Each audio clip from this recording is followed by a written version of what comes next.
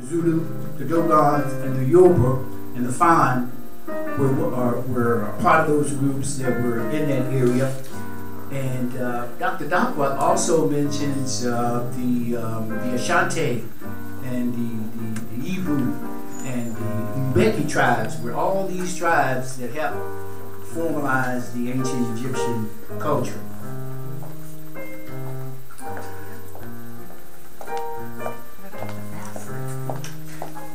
So I just wanted to add and to share that and to encourage all of us to continue to read and to study here at Bose with the classes that Dr. Cato put together for us. Minister Greg is leading the class right now. And continue your individual studies on the outside, because there's so much information out there, and the distortions and lies that have been leveled over the years is so great that it takes a lot of time and effort to unmask and to unlayer a lot of this information. So yeah, I highly recommend this book. I've quoted from it before. It's called Egyptian Yoga, Volume 1, second edition by Muata Ashby.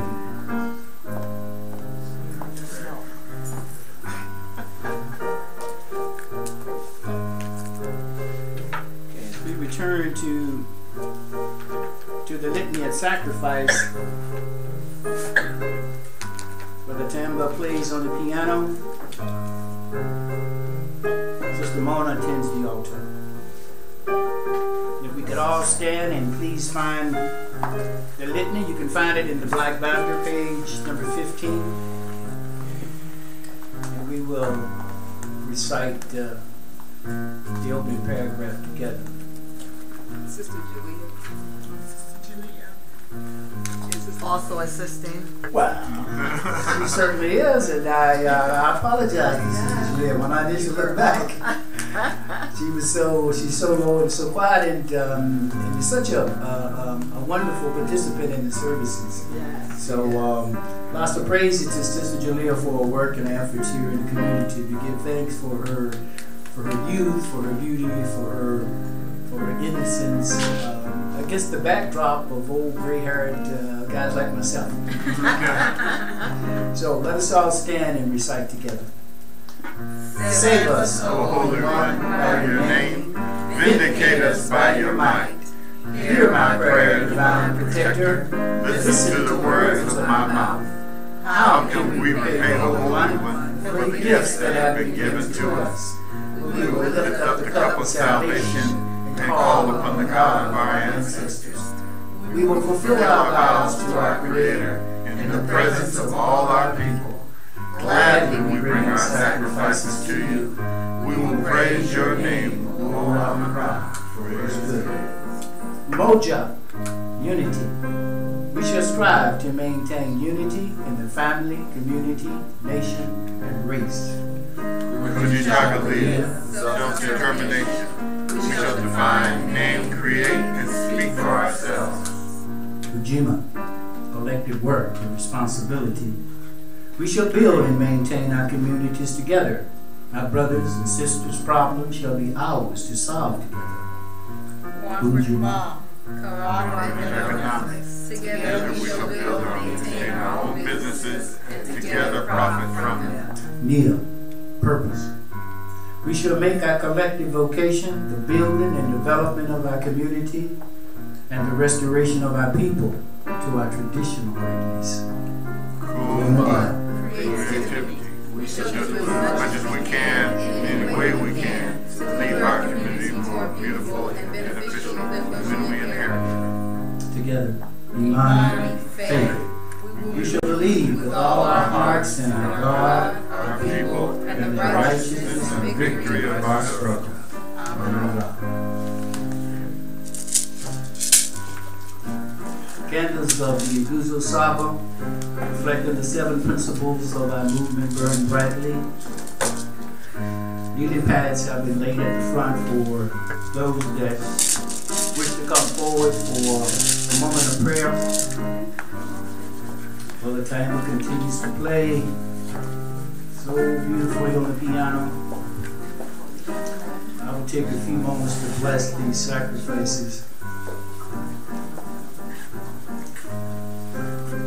Holy One, again, we come ever grateful, ever thankful for our lives, ever grateful for this place called Wosay, a place where we can come, work, study, and pray, a place where we can praise our ancestors and hold up their names and pour libations in their memories, a place where we can worship and praise the God of our ancestors, for the first people. Holy One, we thank you for placing us in this place, in this state, in this place, in this building, where we have the opportunity to understand these things, to tap into that new energy, into that new understanding that recall again our ancestors of old, those that worked and sacrifices and left great human contributions that we take for granted today. The great Tehuti who gave us the script. We may combine that script into words, sentences, paragraphs, to conserve information, to spread and share information. It all began with the script. And we give thanks. More than 10,000 years, Tehuti gave us that script. Allow us to preserve much of the history of the ancients that we read and study today, that embolden us, that enlighten us, that informs us into the nature of the soul and the transcendent spirit, that allow us to know and distinguish the real from the unreal.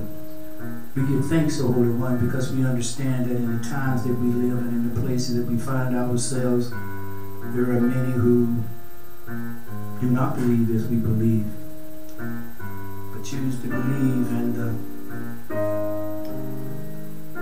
juvenile stories that feeds the romance of life. But we know, O Holy One, from our ancestors that as human beings that we're more than that. That we are reflections of the Creator itself. And that part of our purpose is to cleanse ourselves and to return home. And in cleansing ourselves, we must work, study, and pray. And we study the life and times and histories of our ancestors. It emboldened and it enlivened us. And we give thanks, O Holy One. Be with us throughout the remainder of this service.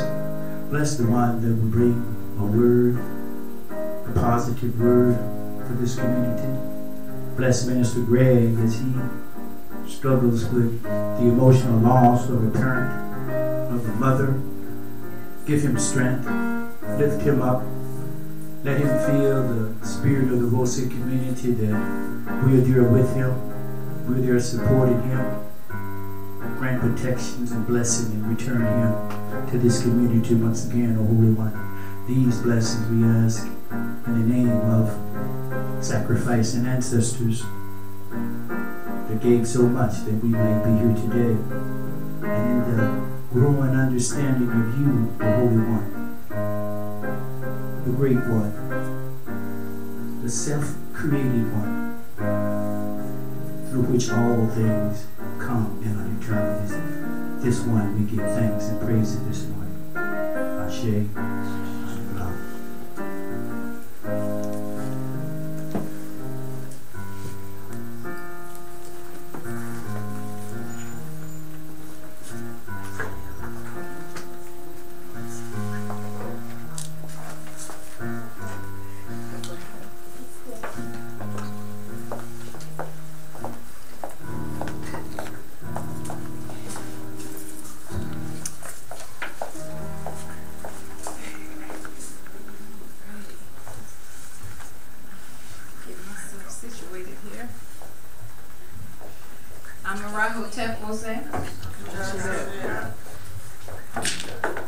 How is everybody feeling this morning? No less than blessed. No less than blessed. That's the right response. As we I give thanks today for having the opportunity to address the community. As we know, Barbara Gregg's mom made her transition yesterday morning. And the interesting thing about transition that we know, that we're well aware of, is it's not the end of your life. It's a sort of shift in your social status. You transition from one social status to the next. It's something that we are all in the process of moving towards. It's something that we're all going to do. And that awareness is something that our ancestors kept close to them, not as a thing to be fearful of, not as a thing to be dreaded, but a thing to be understood and appreciated, and a thing that helps us to remember how important our time on earth is. So if we could please take a moment of silent reflection for someone that we loved, for the loss of a loved one. It could be for the inspiration that Barbara Gregg's mother brought to us, and maybe you want to remember her, but just fill your heart with whatever feeling comes to you when you think of a loved one that has made their transition. Remember how and what they meant to your life.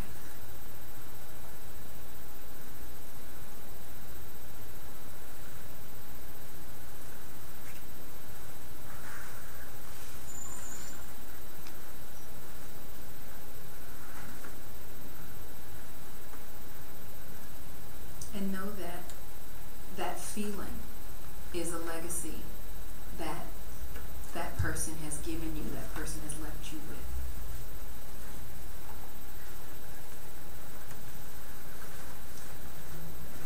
Today's, the topic of my presentation today is,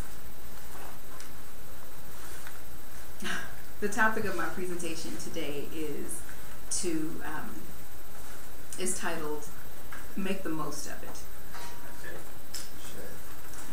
So we know that our time on earth is limited. Our physical time on earth is finite, right? Tomorrow is not promised to any one of us. And so it's our responsibility to do the best that we can to fulfill the role that has been carved out for us. And we typically figure out what that role is, but it's our job to go forward 100% and move forward in the realization of that role. There is, we also have to recognize all of our blessings. You know, Mama Amina today reminded us during our prayer that she was just thankful for rising today, thankful for having another day, right? We give thanks for the breath we breathe that's given to us effortlessly and easily without us having to ask for it. You don't appreciate breath so much until you have trouble catching it, right? I have asthma, and so my first asthma attack is that moment in my life where I realized just how valuable breath is. You know, I like clothes, I like nice food, I like comfortable dwellings, and all those things are fun and great, but you cannot live without breath. And so we recognize just the breath that we breathe to be an important and stupendous blessing that comes to us. In the midst of all these gifts, it's interesting that when people are in the process of making their transition, that's one of the most blessed times that you can be around someone, because they're in a place of self-reflection. And I was told, I took this class called Death, Dying, and Religion when I was an undergraduate, and the professor pointed out that it is believed that when you are around someone who is in the process of making their transition, you want to make the most of that time as well by giving them the opportunity to pass on the wisdom that they've gained in their life, things that they've arrived at in their reflection. So it's a blessing for you to be a receptacle for them, but it's also a blessing for you because you're getting really important information about what matters most. There was one person, though, that I encountered in my entire life, and know that my family is huge. You know, we are experiencing transition on a regular basis. My mother has 8 brothers and sisters. My father had 12 siblings. You know, my grandfather had 13. His father had 22. So We have a huge family. So people are constantly being born, but people are also constantly dying. And so it's something that I've been faced with over and over and over.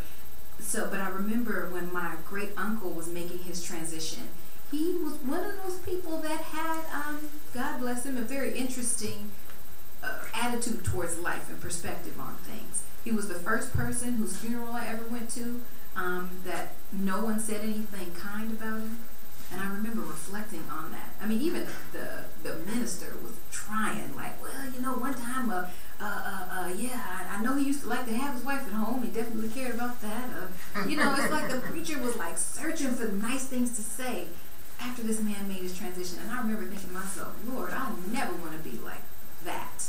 You know, I never want to be that person that once I pass on, nobody can think of any kind words about. But I remember talking to him. He was up to his regular shenanigans just before he made his transition, probably about 2 months before. And I remember talking to him and saying, you know, with all due respect, Uncle, how can you be doing these things still? When, you know, tomorrow's not promised to anybody, and the way that life works, I could go before you. But the fact of the matter is, in the state you're in right now, it seems like you would be thinking at another level, how can you continue to do these things? And it was like it didn't even cross his mind. I've never seen that before. But that experience was instructive. We get as much information from the people who are doing things wrong as the people who are doing things right. You know, sometimes a lesson in what not to do is just as valuable as a lesson in what to do. So while we are on this planet, you know, we have this responsibility to do as much as we can to bring forth and to honor and give and share the divine gifts that we're given. You know, each of us comes to this world as an individual with divine gifts.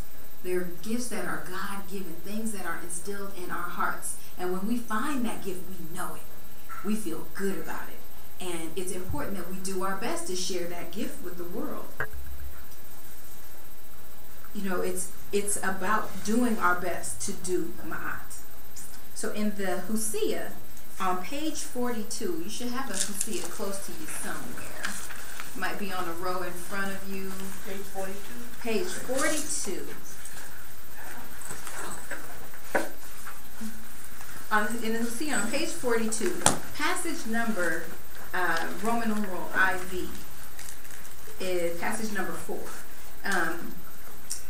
It says, and let's read that together. Has everybody got the passage?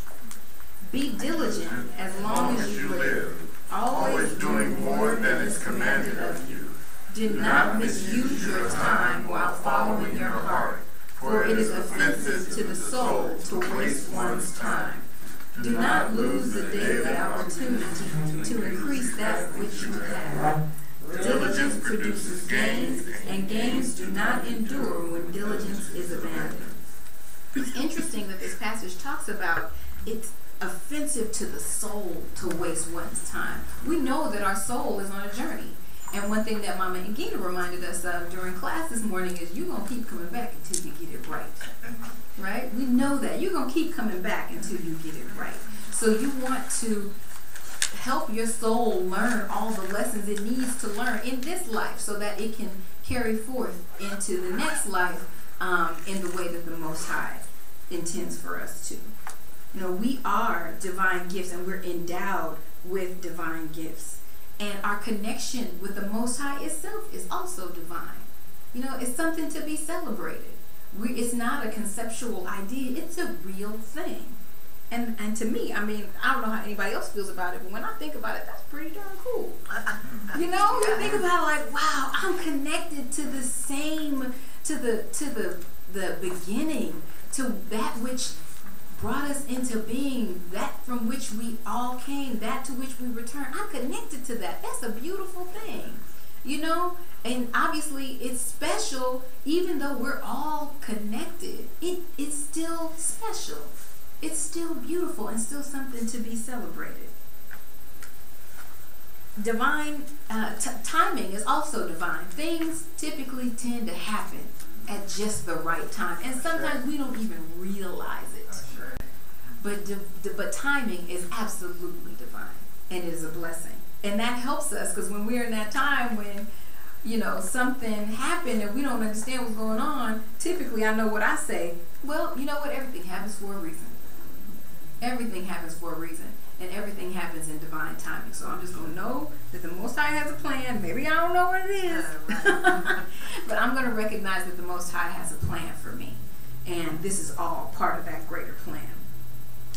We are connected to a powerful force, and we are instilled with a powerful knowledge. Knowledge of our connection to that force, knowledge of how to live deeper in it, knowledge of how to grow as beings. You know, that's really important information, because it's going to affect us as we go forward. You know, when you're moving forth through life consciously, that's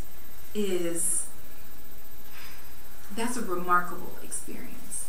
It's something that we have to definitely keep at the forefront of our minds. So right now, we are preparing to have elections for our community.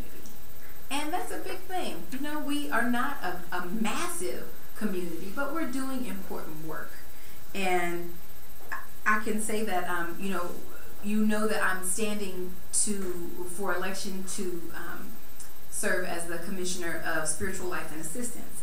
And if somebody last year had told me that I would be standing for a position on the Council of Elders, I would have been like, yeah, right. You know, that's a huge thing. And last year I would have been like, yeah, right. But this year it feels right. It feels good. It feels like what I'm supposed to be doing. You know, but you know, divine timing happens. It's a good time for me to take that position based on what I understand the role to be and the things that I'd like to see flourish in the community. We revere our ancestors, right?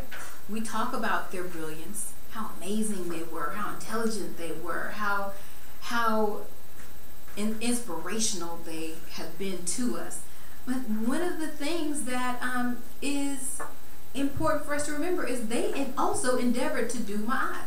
So we're on that same divine path. If we are truly, not just saying, but if we are truly endeavoring to do ma'at, if we live that in our daily lives, we're on the same path that our ancestors were on. We are destined for the same type of greatness, because when you try your hardest, the best you can give comes out. You know, it might not always be perfect, but it's going to be something. And when you're trying, you're putting forth, you're producing something of value anytime you try your hardest. And sometimes they miss the mark, you know, but they absolutely kept on trying. Some people know that I take Lindy Hop lessons, and I've been taking them for the past couple of years. And the interesting thing about it is, you know, you have a routine, you have to learn that, you got to practice. So, you know, you might turn on the music and, you know, it's like 5, 6, 7, 8. You know, you start moving, right? And then you miss it and you're like, all right, again, 5, 6, 7, 8. And you go back and you start doing the steps again and you keep trying. And you do that over and over and over and over and over until you get it. And life is the same way. You know, we're doing the best we're practicing that spiritual routine over and over and over until we get it. In the Hosea on page 98, there is a passage that I would like folks to turn to. It's the 3rd paragraph. And you know, if we could read that together,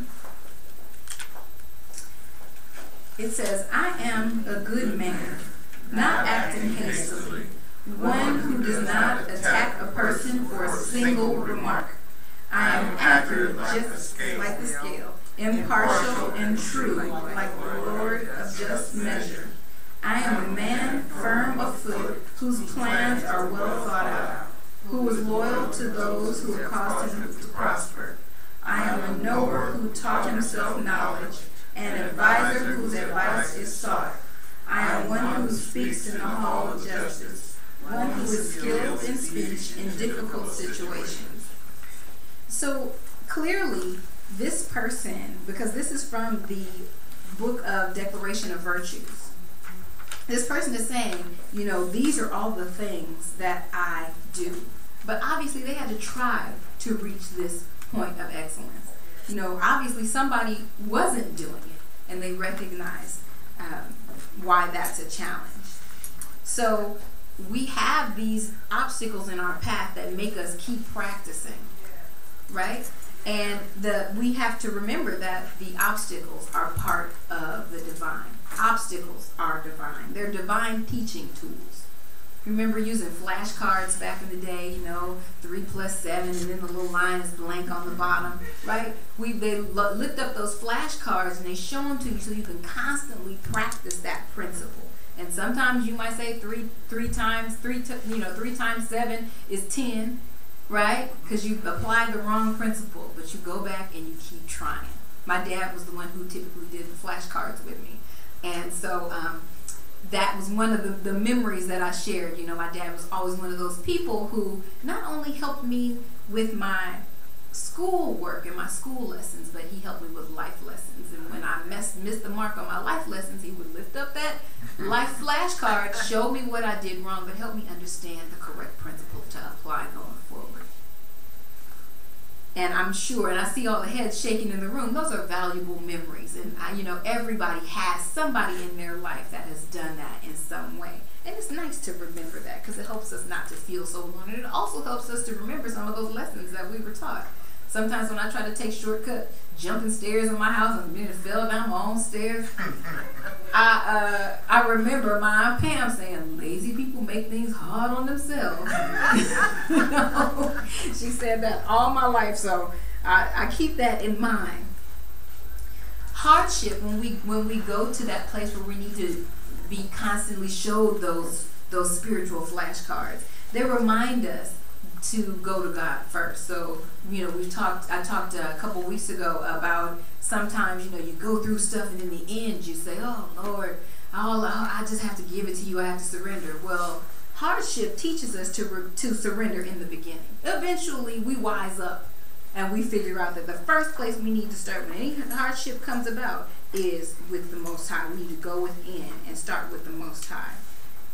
We'll still have pain. Just because we learn how to deal with pain, don't mean the pain's going to stop. Right? Don't mean the hardship's going to stop. Don't mean the difficulties are going to stop. It just means that we'll have an improved capacity to deal with it. We'll have an improved capacity to deal with it. Now, to whom much is given, much is expected. So once you start gaining that divine knowledge, as my Aunt Ruth would say, watch don't new stuff show up. Right? Watch don't new stuff show up, things that are even harder, that's going to challenge you even more. But the nice thing is that those principles are universal and they're always applicable. So again, we are on the verge of carrying out elections, and this is a very important time for our community. We're poised on the verge of something really big. A great foundation has been laid for us thus far, and Wose has done some wonderful work in the community and continues to. And Ile-Omide is a refuge for our children in this community. That being said, we have so much more that we can do in terms of building on the foundation, and our Council of Elders is a body that's going to help lead us towards that newer, greater, grander legacy. Right now, our people are wandering. That idea, you understand that, the idea of wandering. My father, as many of you know, has Alzheimer's. So sometimes he'll wander around and he'll be like opening stuff and looking in drawers and opening doors and just constantly wandering around the house looking for something. And I'll say, Daddy, what are you looking for? And he's like, I'm just looking for something. I gotta find it. And he's just searching for this mystery thing. And usually after a while I'm like, well, you know what, Dad, you've been looking for a long time. Let's just, maybe if you just sit down for a minute, and come back to it, you'll find it later. Let's just watch TV, or just to take his attention off of that thing. But I see our people wandering in the same way. Our youth are wandering, looking for something to feel good about. We see our children dancing very suggestively, often, but based on what they saw in the videos and things like that. Well, it's because they haven't been introduced to a healthy understanding of their bodies and relationship with their bodies, and even with their sexuality and sensuality, right? We celebrated our bodies through dance. That's part of our cultural heritage. That's what we do. So we see our children trying to find that and missing having someone to guide them through that experience of appreciating their bodies and loving themselves and having an opportunity to express themselves in their whole body and not feeling, ashamed or dirty like so many traditions teach us that our bodies are. Like we should feel bad about those things. Our children and our people are looking for a divine connection to something greater, to a greater legacy.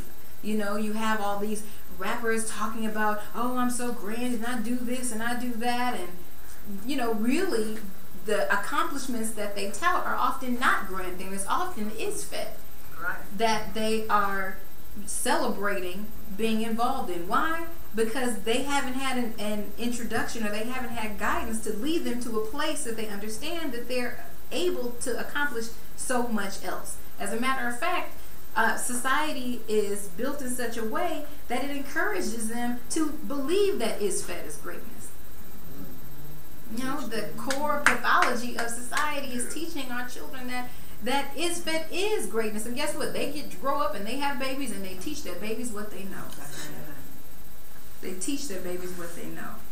Honestly, our folks are looking for a greater purpose. Because the fact of the matter is, even those people who are steeped and mired in Isfet and they just can't get their minds right, when many of them, not all, but many of them, when you introduce them to something of value, help them to understand their connection to something greater, even in a small way, they'll latch on to that and hold on to it, right? You see people latching on to this understanding that, we are descended from kings and queens in Africa, right? That's a very broad concept. It's a very broad concept, but it's something. And so people latch onto that because they want something else. Well, now it's time for us to help them to understand the something else.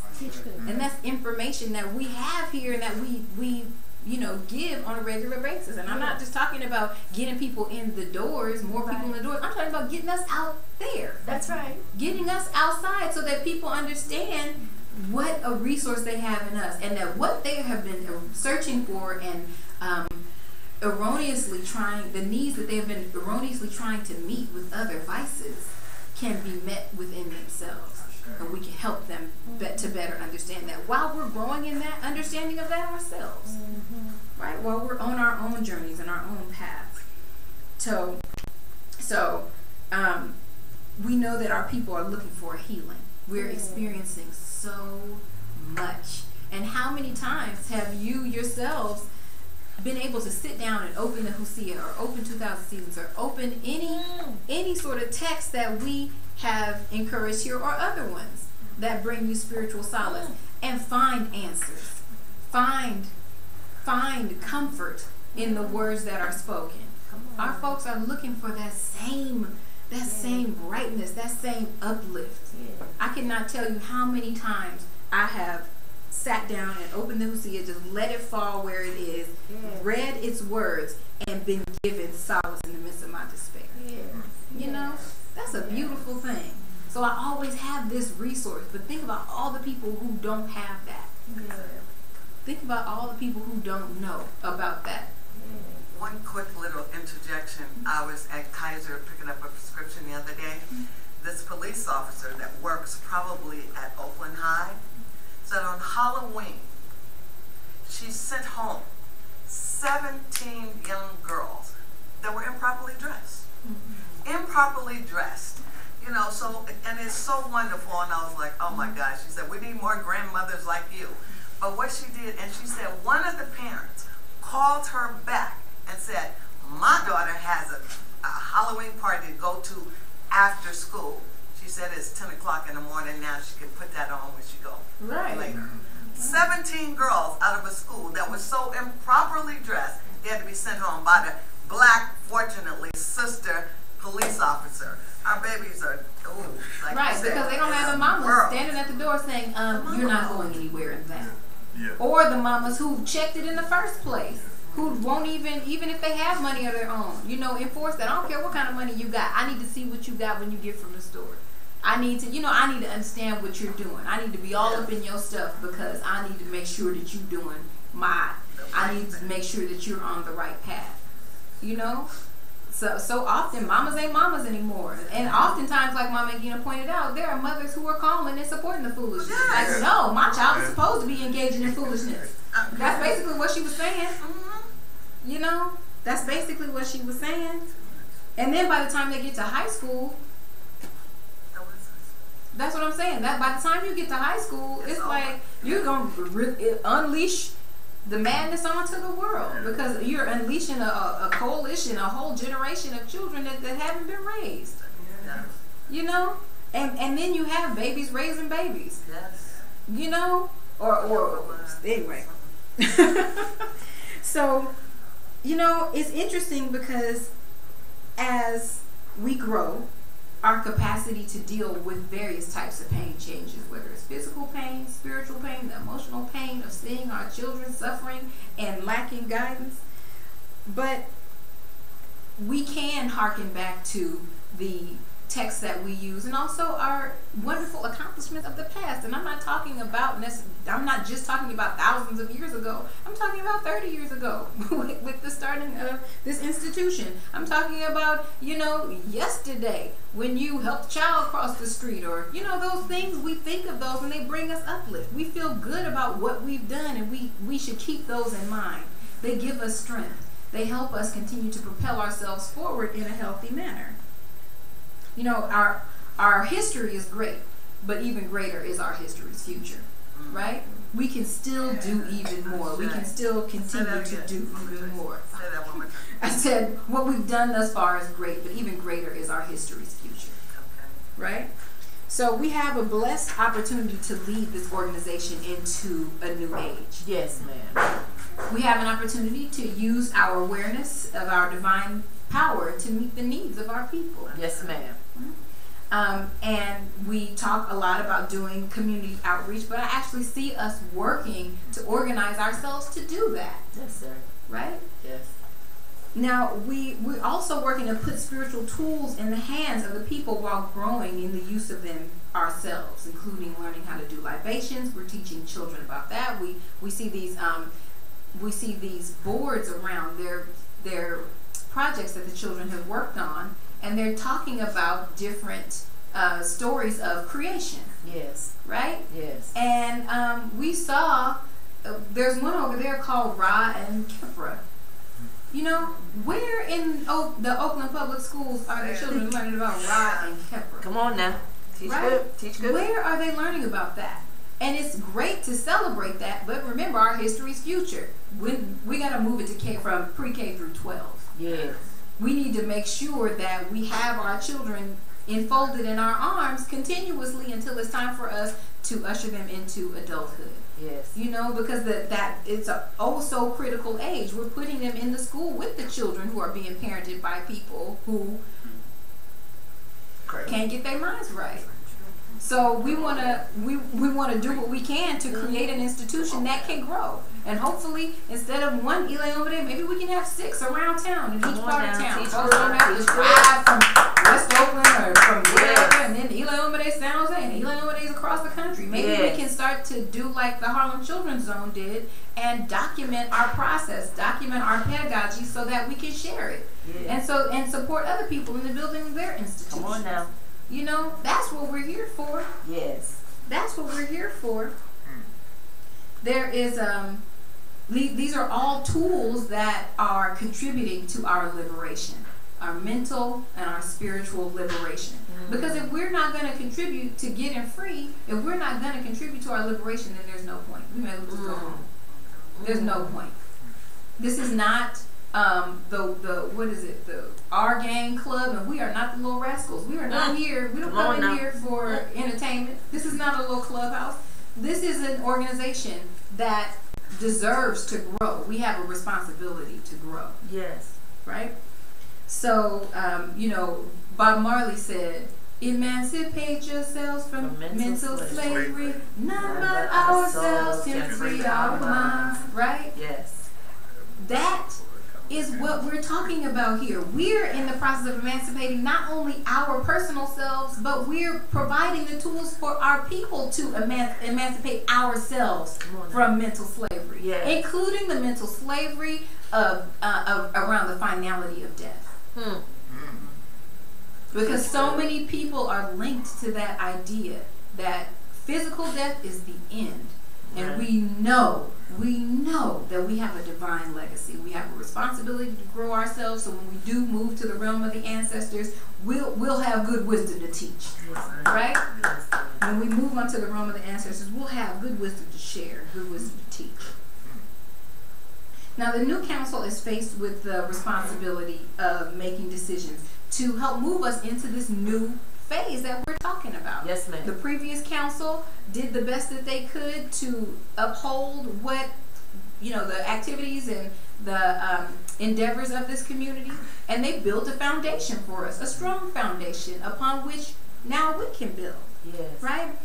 So that, from what we've learned from previous council involvement, what we've learned from involvement in other organizations, what we've learned from any other sort of social action that we may have participated in, is that effective leadership involves making decisions expeditiously. Yes, ma'am. Right? Time is of the essence, and we have no time to waste. Teach good.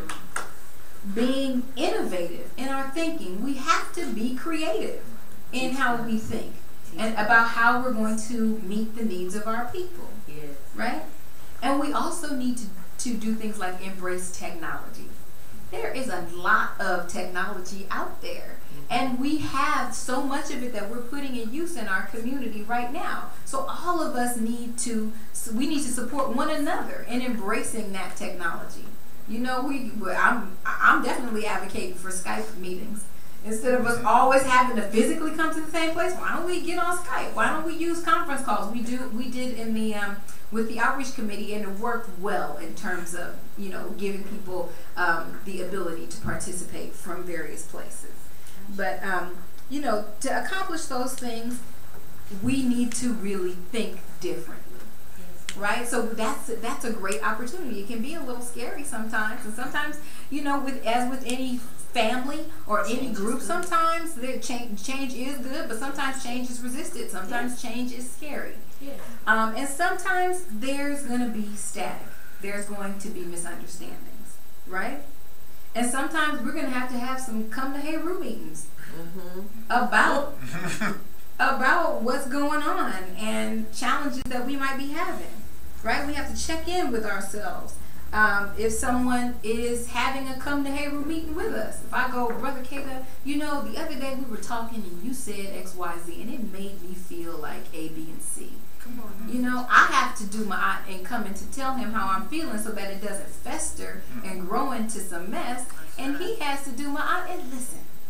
Right? But each of us has that divine responsibility, and the only way that we're going to be able to jettison ourselves into a new, even greater and even more powerful space is by doing just that, by being honest, by being open and tackling the little things so that they don't turn into big things that cloud our vision from our greater purpose, because we do have a greater purpose.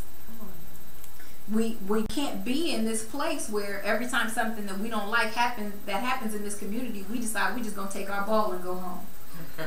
Right? We can't do that. That's a problem. Each and every one of us is important to this community.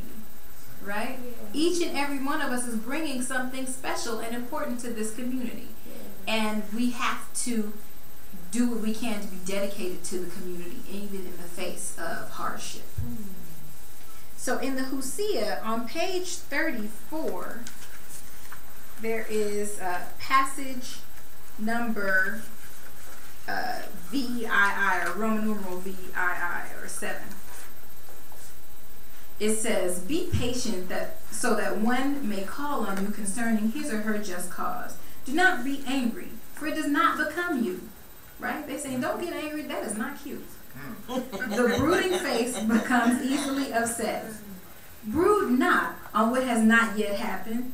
Right? Don't make up because you had a conflict with somebody in the past that is going to happen again in the future. Don't brood on what has not yet happened, nor rejoice over what has not yet come to pass, right? Wait until you finish the task to rejoice on it, Okay. right? Patience prolongs friendship and disposes of a past concern, for one does not know what is in the heart. If the law is undermined and order destroyed, the poor cannot survive. But when they are robbed, justice does not apply to them. Right? So this passage just reminds us of how to get along.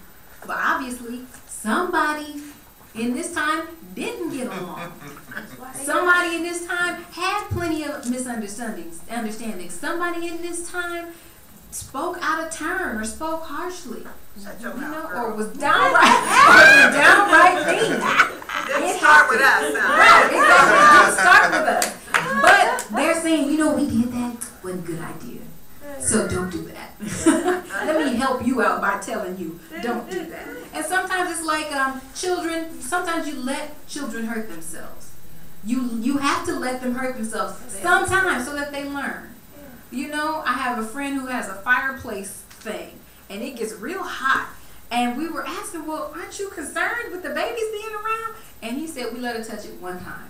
She touched it, tapped her hand to it, cried, and ain't had a problem since. Right? So she knows to stay away from that general area. And that's hard for parents to do. It must be. I have trouble watching a child fall. It's like, oh my gosh, the baby fell. I'm running to pick him up, but the parents are like, child should be all right. Because they've grown accustomed to, allowing the children to make their mistakes. No, but they rest in knowing that they're gonna be okay. Right. So with us, we're gonna fall. We're gonna make our mistakes, but honestly, we're gonna be okay. Right? Yes. We're gonna be okay. Yes. So hard work is definitely a part of the program, and it also involves truth. Telling the truth is not easy. That's true. Now, if people know me to be a person that's very outspoken, sometimes I don't even realize how outspoken I am. But there are some instances where I didn't speak out and speak truth in certain situations, and I've regretted it. But people don't understand how hard it is to not say anything. How hard it is to be the one that says something. It is hard to not say anything when you're the type of person that's constantly bringing truth. But sometimes it's hard to speak up because truth don't always make you popular. That's true. Everybody ain't gonna like you when you telling the truth.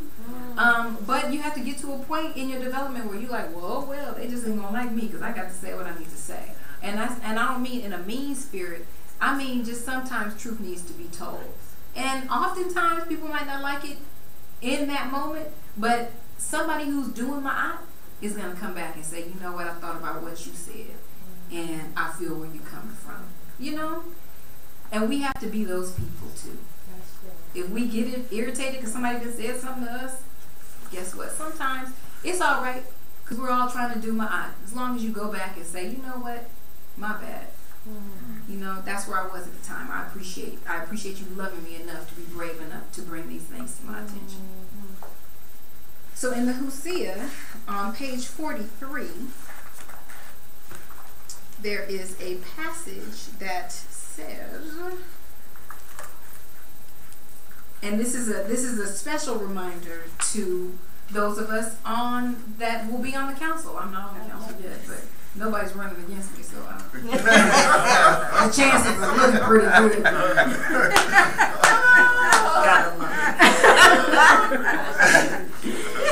It says, if you are a leader, be courteous and listen carefully to the presentations of petitions. Stop not their speech until they have poured out their heart and spoken that which they came to say. Those with grievances like to speak out and have their petitions heard. But whosoever stops a presentation raises the question of why does one having this power act in this manner? Not all that is asked for can be granted, but a fair hearing satisfies the heart. Sometimes people just want to tell you how they feel. Right. Sometimes, and it doesn't always mean that you're fully responsible for whatever happened. But what can be said is, you know what? I really do regret that my actions caused you to feel that way. You know, my intention was never to do that. You know, I apologize for anything I might have done that may have brought you into that space, right? It doesn't take anything away from me to say that. And that's very helpful to the other person on their path for healing. Right. It acknowledges their pain and that you've listened. And that is more valuable than money. I mean, money is nice. But having somebody really acknowledge your feelings when you are in pain, that's huge. We were talking about reparations this morning. And one of the things I jokingly said was, you ain't got to apologize to me, send me my check. I've been benefiting all these years off of the back-breaking work that my ancestors did. Pay me, because you're getting paid. Right, and I don't care what it takes out of the mouth of your babies or whoever in your family. I don't care. Pay me. I value their effort. Right. You're going to value them. You're going to value, exactly. You're going to value them as much as I do. But honestly, that apology is important because it's about reconciliation. It's about somebody taking responsibility, and that feels right.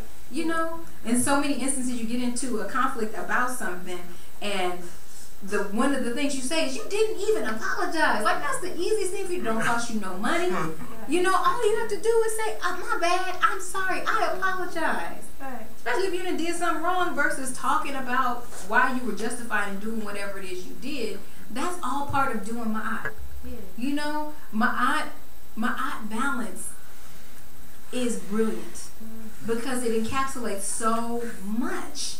And it covers so much and helps us to really truly understand how to be successful. And one of the main aspects of doing ma'at is taking personal responsibility.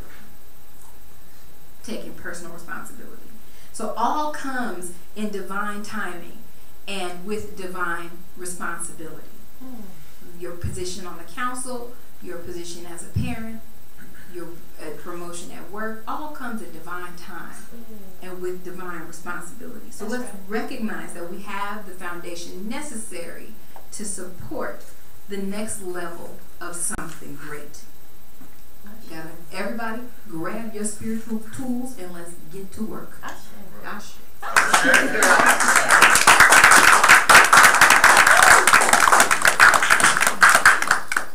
And so, this is the close of our service. I'm hoping that our, looks like they're still getting the food out. And as we all know, we have elections coming up very soon. The election time has been extended. And actually, as we're talking about, as we're standing here talking about elections and the bringing on of new members to the Council of Elders, this is the time we actually have to invite folks who may not have joined the community to come forth if you would like to join. We open the doors, we open our hearts, we open our arms to you, and you are more than welcome to join if you so please. Okay? So if we could come together for our closing and join hands. And in their time, thank you. Yeah. Are there any announcements? Yes. Okay, Sister Thorne. Please issue the newsletter is out for November. That's on the table, and I have one or two I can give to somebody that's not able to print it out. Okay. Thank you, Mama. And there's an African diaspora group within the Bay Area that wants to do more work with Jose. And they're having a bazaar on November 3. And the bazaar will include vendors' tables, so if any of you have, crafts or whatever that you want to share, or if you have health tips and stuff that you want to share. She's trying to get your attention. I'll put the information, And we may see about having a booth for World Safety. It would be wonderful. Okay. So we've been missing a couple of members, and I call people when I don't see them. So Sister Consuelo, who has been with us for a few years, has a condition. She was in a terrible car accident years ago, and she simply passes out sometime. So she had a really bad fall. So we want to keep her on our prayer list. And she said, Yes. yeah. And it's not the sleeping disease, but she had a really bad car accident, and she just kind of blacks out. So she had a really bad fall. So now she's really being careful. But so we want to keep her in our prayers.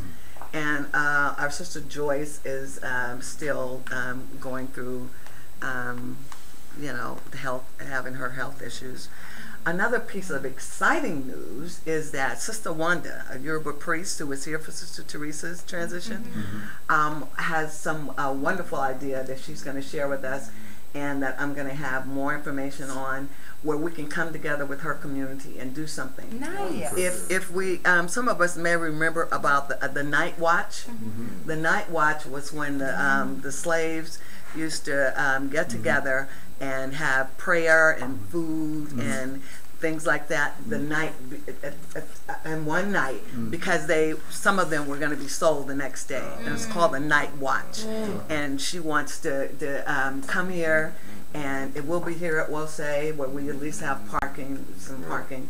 And she called me yesterday, so I'm real excited about that.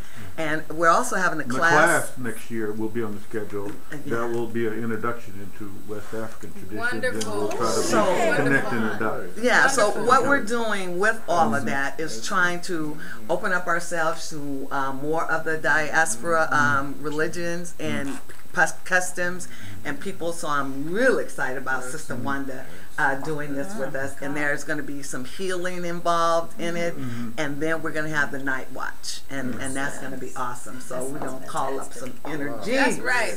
Yes. Thank you. Are there any other announcements? Bolathon for Ileoma Day is we're now our children are doing their solicitations. Thank you. Kepra's not here. But Jalea is here. All right. She has a Bolathon card to sign up. That's right. You're welcome to sign up either a flat rate or whether or not how many pins she's gonna knock down. And or if you have a family that loves bowling or want to enjoy that, you can buy a $100 lane and have it for your family. So please support Ileoma Day. Our goal is to raise $15,000. And if we want to buy a lane, I can buy it through Jalea? Like, yes, you can. Yes, you can. And today at 2 p.m. Anyway, from 2 till 5, Humus Hall, is it? Humanist. Yeah. The sisters that teach the Orisha dance at Malanga Center are having a celebration for the ancestors, and they're performing the Orisha dances for some of them, and it's free. And they're going to have food.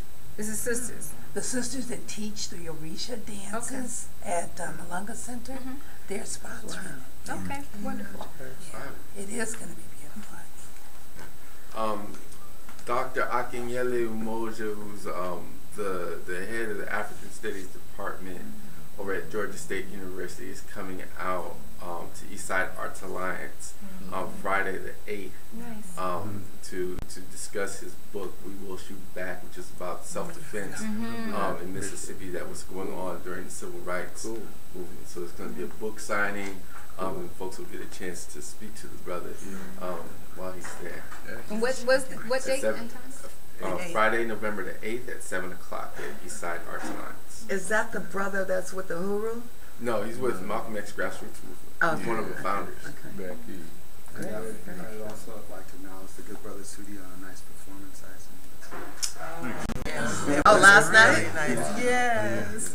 Wow. I thought that was sent out. That was in Brother Ty's summary. It was, and I forgot. I'm sorry. I plan to take my parents. They'll be What you say? I will do this again. He's been doing it for a long time. All right now. Lift every voice and sing. Lift every voice and sing till earth and heaven ring, ring with the harmony of liberty. Let our rejoicing rise as the listening skies. Let it resound loud as the roaring sea. Sing a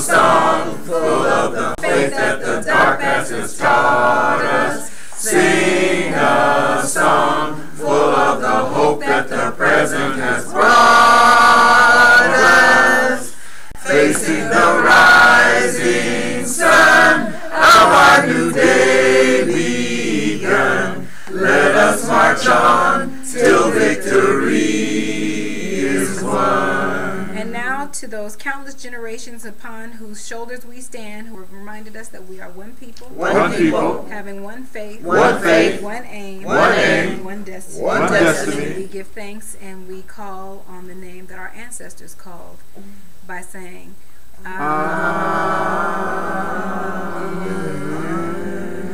You are the most beautiful people on the face of this earth. Yes.